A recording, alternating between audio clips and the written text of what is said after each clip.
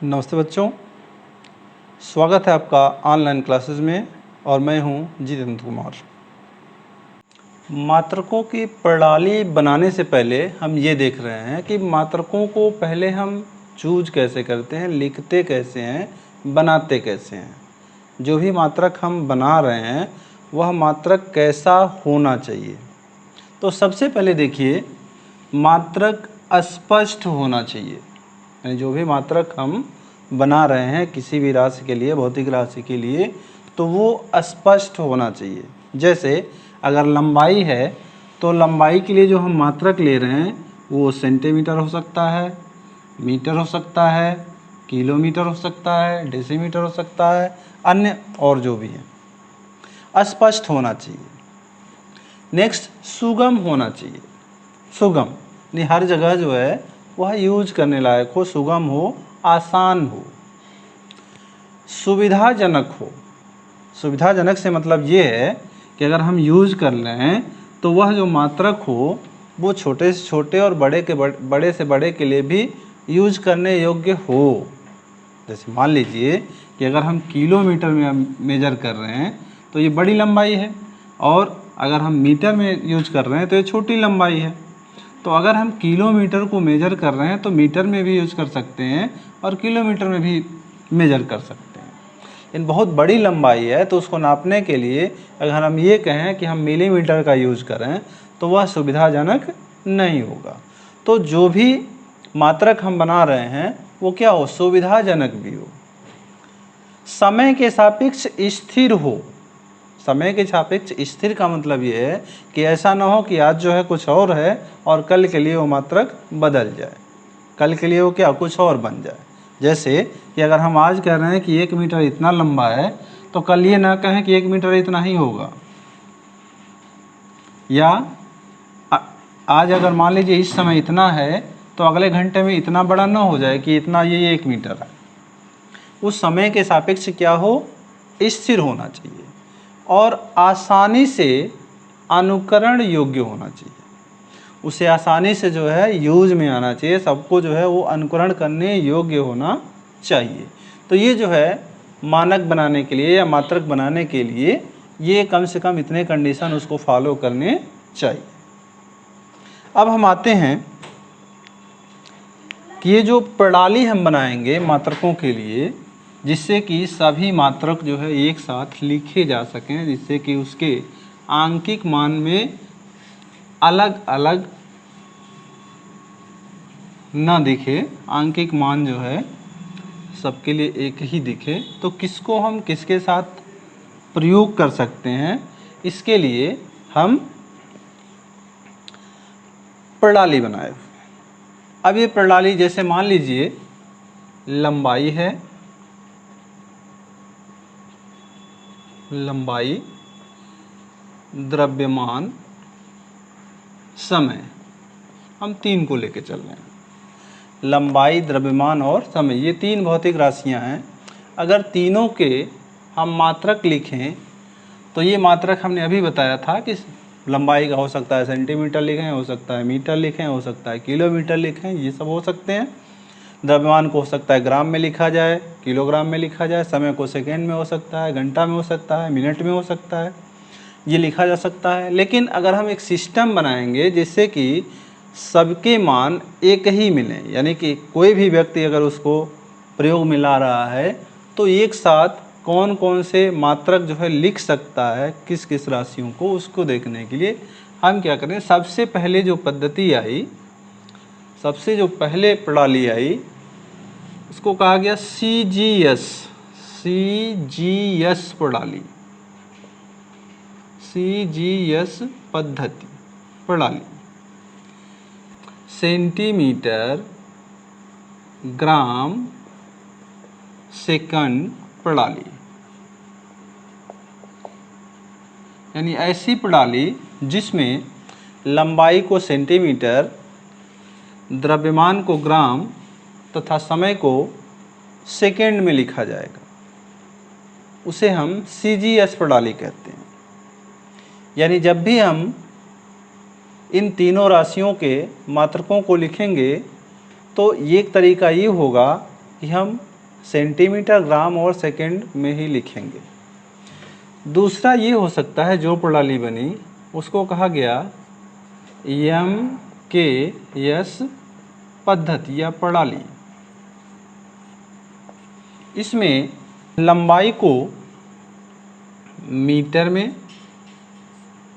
द्रव्यमान को किलोग्राम में तथा समय को सेकेंड में लिखते हैं। तो इसे मीटर, किलोग्राम, सेकेंड प्रणाली भी कहा जाता है।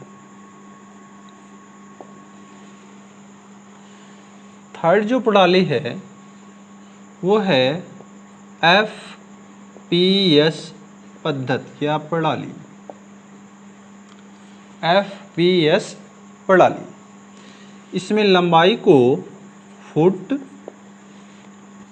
द्रव्यमान को पाउंड तथा समय को सेकेंड में लिखा जाता है, इसलिए इसे फुट पाउंड सेकेंड प्रणाली भी कहते हैं।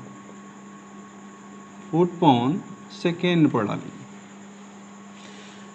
ये जनरली हम केवल 3 राशियों को लेकर चल रहे हैं। इन तीनों राशियों के मात्रक जो है ऐसे लिखे जाते हैं। इसके पहले हमने देखिए आपको पढ़ाया था, जब इसके पहले चैप्टर में आपने पढ़ा था, तो विज्ञान की 5 शाखाएं बताई गई थी। भौतिक विज्ञान की जो समानता शाखाएं बताई गई थी वो 5 बताई गई थी, जिसमें सबसे पहली शाखा जो थी वो यांत्रिकी थी। यांत्रिकी, और यांत्रिकी में जो राशि थी वो लंबाई, द्रव्यमान और समय, जनरली हम इनको ही यूज करते हैं। यांत्रिकी की जो राशि आई थी वो थी लंबाई, द्रव्यमान और समय। इसके बाद हमने आपको एक बताया था प्रकाशिकी।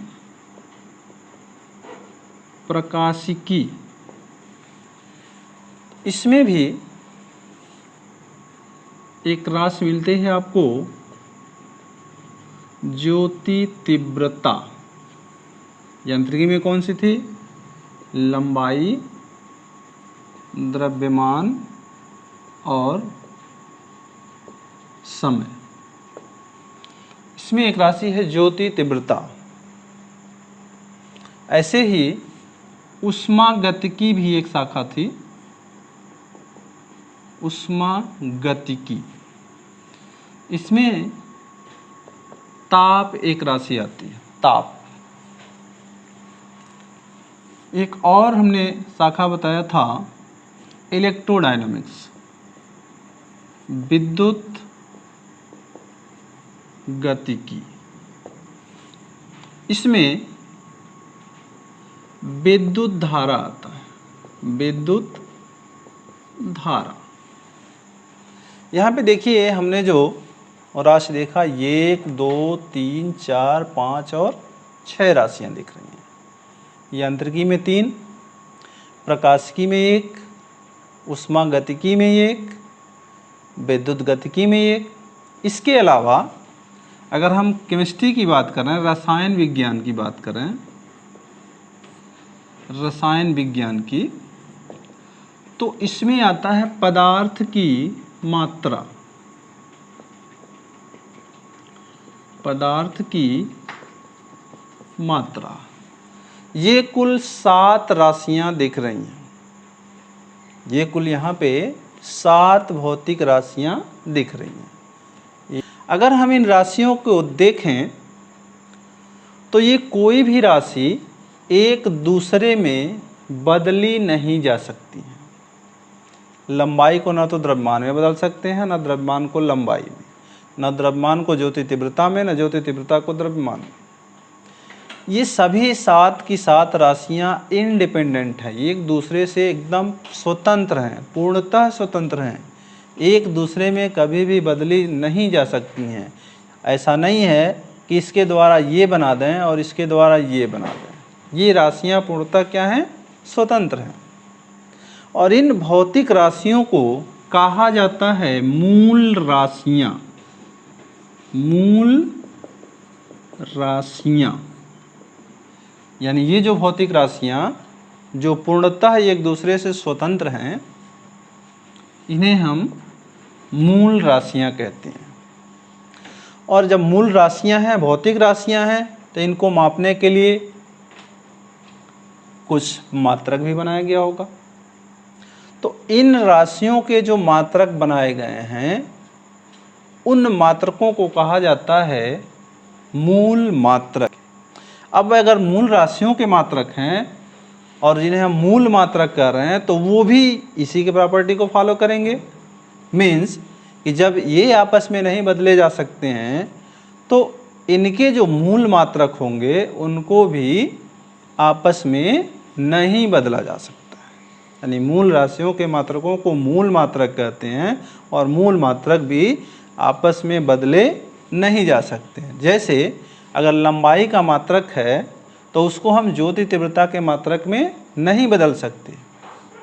अब ये कहा जाए कि लंबाई का मात्रक जो मीटर है, अब कह दीजिए कि उन्हें समय के मात्रक में बदल दें, यानी कि सेकंड में बदल दें, तो ये संभव नहीं है। यानी न तो हम मीटर को सेकंड में बदल पाएंगे, न किलोग्राम को सेकंड में बदल पाएंगे, न ही ताप को ज्योति तीव्रता में बदल पाएंगे या विद्युत धारा को पदार्थ की मात्रा में बदल पाएंगे। तो इनके राशियों, इनके जो मात्रक हैं, उनको भी आपस में बदल नहीं सकते। तो मूल राशियों के मात्रकों को हम कहते हैं मूल मात्रक। मूल राशियों के मात्रकों को कहा जाता है मूल मात्रक। तो हम यांत्रिकी में 3 मूल राशियां देखें, प्रकाशिकी में 1, ऊष्मागतिकी में 1, विद्युत गतिकी में 1 और रसायन विज्ञान में 1। कुल 7 राशियां, यानी कुल 7 भौतिक राशियां मूल राशियां हैं। अब इनके क्या मात्रक होंगे, तो उनको भी एक टेबल में थोड़ा सा देख लीजिए। ये जो 7 राशियां हैं, इनके जो मात्रक बताए गए हैं, इनके लिए हम SI प्रणाली का उपयोग करते हैं। तो ये SI प्रणाली को देखिए, SI प्रणाली या पद्धति। ये SI प्रणाली क्या है? SI प्रणाली में 7 मूल भौतिक राशियों के मात्रकों को लिखा गया है। वो कौन कौन से हैं? तो इसे हम लिख सकते हैं मूल राशियां, और इधर हम लिख देते हैं मूल मात्रक। ये जो पहली राशि है, हम कह रहे हैं लंबाई, और इसका मात्रक है मीटर। इसी प्रकार दूसरी जो राशि है, हम लिख रहे हैं द्रव्यमान। इसका जो मात्रक है, इसे हम किलोग्राम। तीसरी जो राशि है वो है समय। समय को हम मूल मात्रक लिखेंगे क्या? सेकेंड। समय का मात्रक क्या होगा? मूल मात्रक सेकेंड। ऐसे जो चौथी राशि है ताप, ताप का जो मात्रक होगा वो होगा केल्विन। पांचवी हम ये लिख रहे हैं विद्युत धारा। विद्युत धारा, इसका मात्रक होगा एम्पियर। छठवीं जो राशि है ज्योति तीव्रता। ज्योति तीव्रता, इसका मात्रक होगा कैंडिला। कैंडिला। और 7 जो लास्ट है वो है पदार्थ की मात्रा, और इसका जो मात्रक होता है इसे लिखते हैं मूल। Metre, kilogram, second, kelvin, ampere, candela और मोल। इनके जो संकेत हैं उन्हें भी हम लिख लें। संकेत, मीटर को हम लिखते हैं स्मॉल एम से, ऐसे ही किलोग्राम को स्मॉल केजी, सेकेंड को स्मॉल एस, केल्विन को कैपिटल के, एम्पियर को कैपिटल ए, कैंडिला को सीडी, कैंडिला को सीडी तथा मोल को MOAL लिखते हैं। इस प्रकार हमने देखा कि जो 7 राशियां हैं, जो मूल राशियां हैं, उनके मात्रकों को SI प्रणाली में लिखा गया है, दिया गया है। ये जो SI प्रणाली बनाई गई है, इसमें जो मात्रक दिए गए हैं, चूँकि मात्रकों को कहा गया कि पूर्णतः परिभाषित होंगे, तो इनके क्या परिभाषाएं हैं हम उनको देखेंगे। SI प्रणाली में हम लोगों ने देखा था कि जो मूल राशियां हैं, जैसे कि द्रव्यमान है, लंबाई है, ज्योति तीव्रता है, ताप है, विद्युत धारा है, इत्यादि इत्यादि। तो इन जो मूल राशियां, जो 7 मूल राशियां थीं, उनके मात्रकों को निर्धारित किया गया था। आज हम उन्हीं मात्रकों को पढ़ेंगे कि ये मात्रक क्या हैं, उनको परिभाषित कैसे किया गया है। जैसे कि लंबाई के मात्रक को हमने लिया था मीटर, लंबाई का मात्रक मीटर निर्धारित किया गया है। ये मीटर है क्या? तो देखिए, ये पेरिस में रखा हुआ है एक प्लेटिनम इरिडियम यानी मिश्र धातु का एक रॉड रखा गया है, और उस रॉड की एक निश्चित लंबाई है, जिसको ये कहा गया कि यह 1 मीटर है।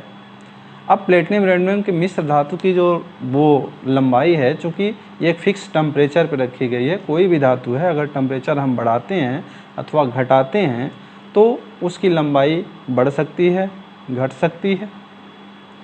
तो इसलिए वह जो है, जो मिश्र धातु है, उसको हम यूज में नहीं लाते हैं, केवल मानक उसका है कि हाँ ये लंबाई जो है ये 1 मीटर है। तो इसके लिए हम क्या करते हैं कि अगर यूज में लाना है तो हम कोई भी एक धातु ले लेते हैं, धातु का वो जो है प्लेट ले लेते हैं, कोई रॉड ले लेते हैं, हो सकता है वो प्लास्टिक का ही हो सकता है कोई टेप ले लेंगे, कोई निश्चित लंबाई ले लेंगे उसके बराबर, और कहेंगे कि वह जो है 1 मीटर है, जिसको हम जनरली यूज करते हैं। लेकिन वास्तव में मानक मीटर है, चूँकि ये कहा जा रहा है कि ताप बढ़ाने पर या घटाने पर उसकी लंबाई घट सकती है, बढ़ सकती है।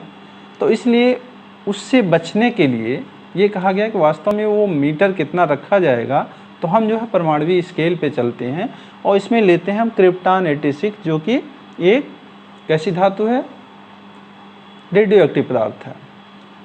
और इससे जो है निकलने वाली जो नारंगी रंग का प्रकाश है, हम उसको लेकर के, उसके तरंगदैर्घ्य को लेकर के मानक मीटर को निर्धारित करते हैं। तो इसमें मानक मीटर है क्या कि 1 मीटर वह दूरी है जो शुद्ध क्रिप्टॉन 86 से निकलने वाले नारंगी रंग के प्रकाश का 16,50,763.73 16,50,763.73 तरंगें उसमें आती हैं, इतने गुना होता है। ये कह सकते हैं एक मानक मीटर वह दूरी है जो शुद्ध क्रिप्टॉन 86 से निकलने वाली नारंगी रंग के प्रकाश की तरंगदैर्घ्य का 16,50,763.73 गुना होता है। ये लंबाई का मात्रक। नेक्स्ट जो अगला था वो समय का मात्रक बनाया गया था SI प्रणाली में, और जिसको कहा गया था सेकेंड। अब चूँकि सेकेंड जो है वो सेकेंड, चूँकि समय को तो हम देख नहीं रहे हैं, समय को मापने के लिए हमें ऐसा तो नहीं है कि कोई स्केल लगाया और माप दिया। तो इसके लिए क्या है, हम अप्रत्यक्ष रूप लेंगे, कोई घड़ी बनाएंगे, और घड़ी बनाने के लिए क्या है कि कोई एक घटना देखेंगे कि अगर ये घटना इतनी बार हो जा रही है तो हम कहेंगे कि यह इतना समय हो गया। तो इसके लिए हम क्या करते हैं, सेकेंड के लिए हम परमाणु घड़ी में सीजियम परमाणु, सीजियम 133 सीजियम परमाणु को लिखते हैं और उसके कंपनों को देखते हैं। और कंपन अगर इतना हो जाए 91, 92, 63, 17, 70, देखिए एकदम मोबाइल नंबर की तरह से है, 91, 92, 63, 17, 70। अगर इतनी बार अगर सीजियम परमाणु कंपन कर लेता है तो हम कहते हैं कि वह 1 सेकेंड हो गया। यानी मानक सेकेंड क्या है? वह समय अंतराल है जिसमें परमाणु घड़ी का सीजियम परमाणु इतनी बार कंपन करता है। ओके, नेक्स्ट है किलोग्राम, यानी द्रव्यमान का मात्रक। द्रव्यमान क्या है? यही 1 किलोग्राम अगर देखा जाए क्या होगा, तो 1 किलोग्राम के लिए हमने क्या किया है कि ये परमाणु स्केल पे लिखा हुआ। जनरली क्या होता है कि अगर 1 लीटर हम पानी ले लें, जल ले लें, कितने टेम्परेचर पे? 4 डिग्री सेल्सियस पर, तो उसका जो द्रव्यमान होता है उसे माना गया है कि यह 1 किलोग्राम होता है। 1 किलोग्राम के लिए क्या है कि हम अगर जल ले लें 4 डिग्री सेल्सियस पर, कितना? 1 लीटर, तो उसके द्रव्यमान को हम मानते हैं कि वह 1 किलोग्राम है। लेकिन अगर परमाणु स्केल पे देखें तो हम लेते हैं कार्बन 12 और इसके 5.0188 × 10⁻25 परमाणुओं का जो द्रव्यमान होगा उसे हम कहेंगे 1 किलोग्राम। यानी परमाणु स्केल पर 1 किलोग्राम, कार्बन इतने परमाणुओं का द्रव्यमान होता है। लेकिन जनरली हम यूज़ क्या करते हैं? कोई भी वाट ले लेते हैं, बना लेते हैं कि लगभग इतना होगा जनरल यूज में, लेकिन अगर शुद्ध रूप से देखें तो ये इसका परिभाषा है।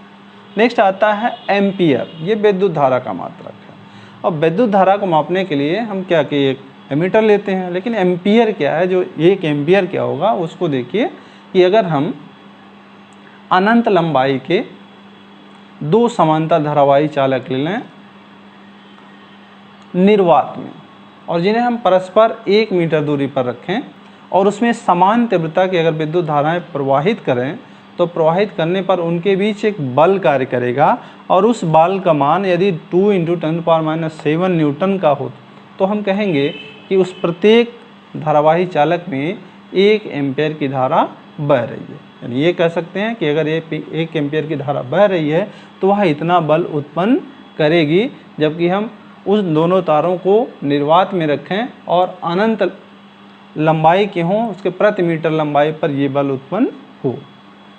सीधे शब्दों में देखिए कि 1 एम्पियर विद्युत धारा वह धारा है जो निर्वात में परस्पर 1 मीटर पर स्थित 2 सीधे अनंत लंबाई के समांतर तारों में प्रवाहित करने पर प्रत्येक तार के प्रति मीटर लंबाई पर तारों के बीच 2 × 10⁻7 न्यूटन का बल उत्पन्न करती है प्रति मीटर लंबाई पर। ओके, नेक्स्ट है केल्विन। ये किसका मात्रक है? ताप का। 1 केल्विन जल के त्रिक बिंदु के ऊष्मागतिक ताप का 1/273.16। 1 केल्विन जल के त्रिक बिंदु के ऊष्मागतिक ताप का इतना भाग 1/273.16वां भाग है केल्विन। नेक्स्ट कैंडिला, जो कि ज्योति तीव्रता का मात्रक है। इसके लिए क्या है कि एक कैंडिला जो है कृष्णिका यानी मानक स्रोत अगर लिया जाए और उसके पृष्ठ के 1/6 lakh metre square, 1/6 lakh metre square के क्षेत्रफल की पृष्ठ के लंबवत दिशा में ज्योति तीव्रता है, जबकि कृष्णिका का ताप कितना हो? प्लेटिनम के गलनांक के बराबर हो। यानी ये कैंडिला कृष्णिका के पृष्ठ के 1/6 लाख मीटर स्क्वायर क्षेत्रफल के लंबवत दिशा में ज्योति तीव्रता है, जबकि कृष्णिका का ताप कितना हो? प्लेटिनम के गलनांक के बराबर। नेक्स्ट आता है मोल। मोल क्या है? मोल में देखिए जनरली क्या है कि जैसे हम संख्या बताते हैं कि हाँ, जिसे 1 दर्जन कह लीजिए, तो 1 दर्जन में क्या होता है? संख्या 12 होती है। अगर हम 1 दर्जन केले की बात करें तो उसमें संख्या कितनी होगी? 12। तो वैसे ये भी संख्या ही, पदार्थ की मात्रा की बात कर रहे हैं, पदार्थ की मात्रा में उसके अवयवों की संख्या की बात कर रहे हैं, और उसे हमने नाम दिया है मोल। ये मोल क्या है? 1 मोल पदार्थ की वह मात्रा है जिसमें उस पदार्थ के अवयवों की संख्या कार्बन 12 के 0.012 किलोग्राम में परमाणुओं की संख्या के बराबर। यानी कार्बन परमाणु लें और उसके 0.012 किलोग्राम लें तो जितने परमाणु उसमें होंगे, कार्बन 12 में अगर इतना किलोग्राम लें तो इसके इतने में जितने परमाणु होंगे कार्बन के, उस संख्या को कहेंगे 1 मोल। यानी 1 मोल पदार्थ की वह मात्रा है जिसमें उस पदार्थ के अवयवों की संख्या कार्बन 12 के 0.012 किलोग्राम के परमाणुओं की संख्या के बराबर होता है। ये रहा एसआई प्रणाली के जो 7 जो मानक लिए गए हैं, मात्रक लिए गए हैं, उनकी परिभाषाएं। इसके अतिरिक्त 2 और मात्रक बनाए गए हैं जिन्हें पूरक मात्रक कहा गया है, जिन्हें पूरक मात्रक कहा गया है, और वो है कोण तथा घन कोण। कोण, अगर कोण को हम मेजर करें तो कोण को हम 2 तरह से, कोण और घन कोण की बात कर रहे हैं, तो कोण और घन कोण एक होता है जिसमें हम द्विविमीय देखते हैं, और एक त्रिविमीय। जैसे अगर स्पेस में एंगल देखें तो वह घन कोण होगा, और किसी प्लेन पर एंगल देखें तो वह कोण होगा। अगर हम इस कोण की बात करें, इस कोण की बात करें तो यह सिंपली क्या है, कोण है। लेकिन अगर इसे हम स्पेस में बात करें, जैसे कि कोई गोला है, गोला, और इसके केंद्र से इसके पृष्ठ पर जो ये कोण बन रहा है, गोले के पृष्ठ पर इसके त्रिज्याओं द्वारा अंतरित जो कोण है, इस कोण को कहते हैं घन कोण। तो इसे भी हम परिभाषित करेंगे। अब अगर हम प्लेन एंगल को मेजर करेंगे तो इसे हम रेडियन में मेजर करते हैं, इसे हम रेडियन में मेजर करते हैं, जबकि घन कोण है, घन कोण को स्टेरेडियन में मेजर करते हैं, स्टेरेडियन में मेजर करते हैं।